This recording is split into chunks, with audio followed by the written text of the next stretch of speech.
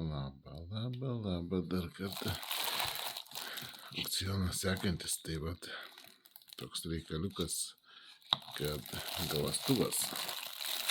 Kaip aš sakau, biški rimtesnis jau už tos traukiamus visus galastuvus, kur yra ten traukina, aišku, jie ten kas nemoka, kas dar patogumo dėlį minkštesniem, plenam, minkštiem fiskaram visokiem gal ir tinka, tai mėsininkų peiliam tie traukiami galastuvai greitam pagalandinimui, pigiem peiliam. Bet jau norint rimčiau, reikia turėti bent tokį. Tai va, siūlau jums į aukcioną šitokį galastuvą. Tai yra deimanto plokštė, 400 gritų, yra kartus, čia yra 1000 gritų. Porą, trejetą lašų aliejuko,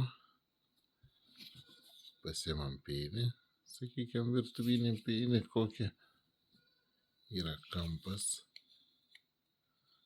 užsideda iš tos pusės, aišku, reikia čia stipriau, nes peilis grublėtas ir galandame.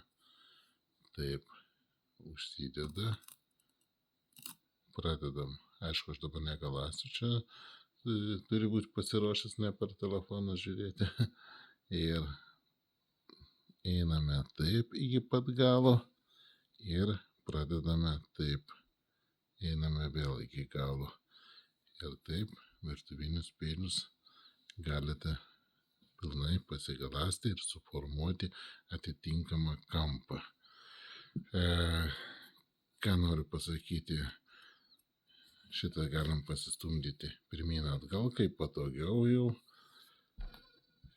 Tai tikslų kampą suformavus pilnai, kada peilis jau aštrus, pasižiūrim, tada apsiverčiam antrą pusę ir taip pat aliejuko ir cikt, cikt, cikt, cikt.